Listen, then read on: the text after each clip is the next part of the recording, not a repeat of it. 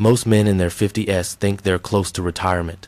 They've worked for decades, earned good money, built a life, yet behind the scenes, there's little saved, no real assets, and no plan. And here's the scary part. When the paycheck stops, life doesn't. Bills keep coming. And time? There's not enough left to fix years of delay. In this video, we're breaking down why this is happening, and more importantly, what you can still do about it before it's too late. Let's dive right in. All right, let's get right into it. You know, on the surface, a lot of guys in their 50s look like they've totally made it. They've got the good job, the nice house, a stable career. But underneath all of that, there's this silent crisis brewing, a kind of financial fragility that's almost impossible to see until it's way, way too late. Now, this isn't about scaring you. It's about understanding the trap before you step right into it. So to really get this, let's look at a tale of two guys. On the left, we've got David. He's 54, and he's making a solid $112,000 a year. And on the right, there's Marcus. Same age, same industry, but he's actually earning $18,000 less than David. They're at the same point in their careers, but believe me, their financial futures are headed in completely opposite directions. And here's the crazy part. This massive split in where they end up, it has almost nothing to do with how much money they make. Nope. This is a story about a very specific set of financial traps that just seem to catch men right in their peak earning years. And that leads us right into the first huge problem, what we'll call the lifestyle trap. See, the very decade when you are most capable of building serious life-changing wealth is the exact same decade that's almost perfectly designed to drain every last penny of it. It's a total paradox. You're earning more than ever, but you might be owning basically nothing. This right here, this is the psychological hook. Society, your friends, maybe even you. Everyone's telling you it's time to enjoy the fruits of your labor. You've earned it. The bigger house, the upgraded car, those comfortable vacations. It feels completely deserved. But that reward era mindset, man, it can be incredibly dangerous. Okay, so here's the absolute crucial point, the thing you have to understand. Every single dollar you spend on lifestyle upgrades in your 50s, it actually costs you 3 times. First off, you lose the dollar itself. Easy enough, right?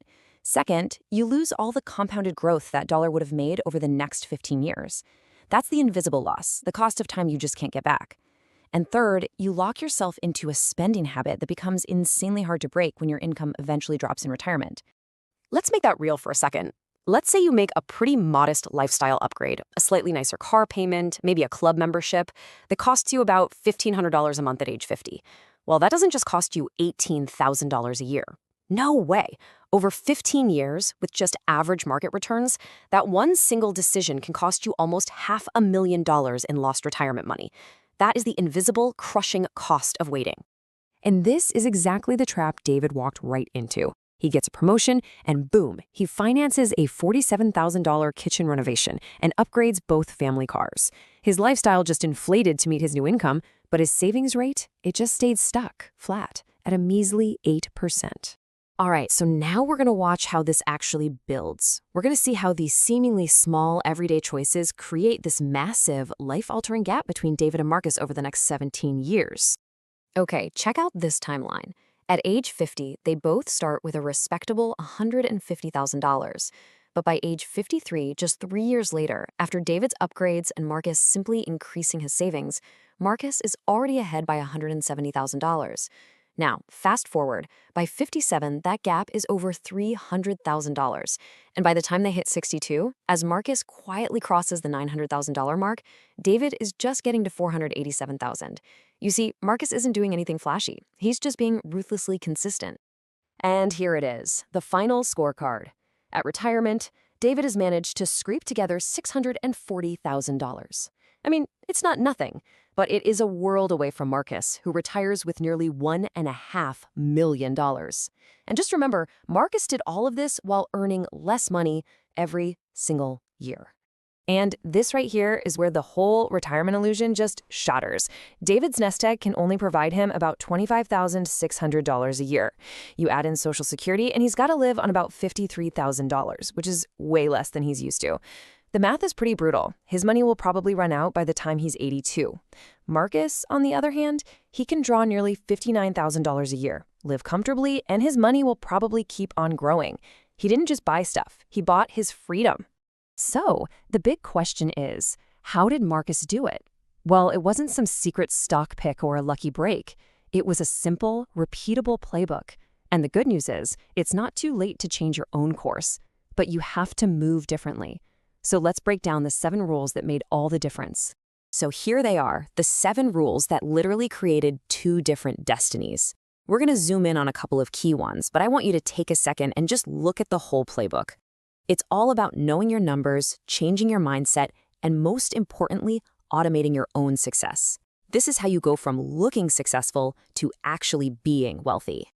Rule number 1 starts right here with this concept. The 4% rule is basically a guideline that says you can safely pull out 4% of your savings each year in retirement and probably not run out of money. So if you figure you want, say, $80,000 a year from your investments, you just multiply that by 25.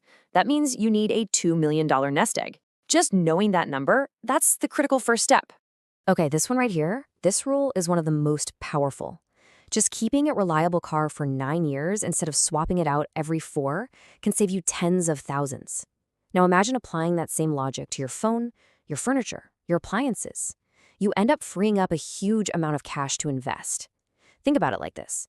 Not upgrading your kitchen could literally be worth $500,000 in your retirement account. Now this might be the most important one. The core message is this. Willpower is not a saving strategy. It just isn't. Our brains are wired to spend what we see in our bank account. Marcus won because he made his saving and investing automatic. The money got moved on payday before he ever had a chance to think about spending it. This one structural change is the key to the whole thing. So really, this whole story just boils down to a choice. The story of David and Marcus isn't just about 2 other guys. It's about 2 potential futures, 2 paths that are available to pretty much anyone listening to this right now. On the left, you've got a future that's defined by freedom and choice.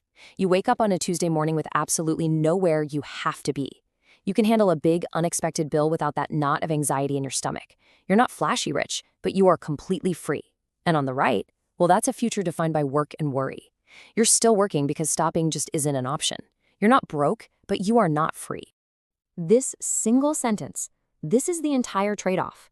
It's about all those quiet, undramatic choices you make in your 50s. It's the decision to prioritize the freedom of your future self over the immediate, fleeting comfort of your current self. In the end, this isn't about luck, and it isn't even really about income. It's about running the numbers and being honest with yourself. The math doesn't have an opinion, it's just laid out a clear path for you.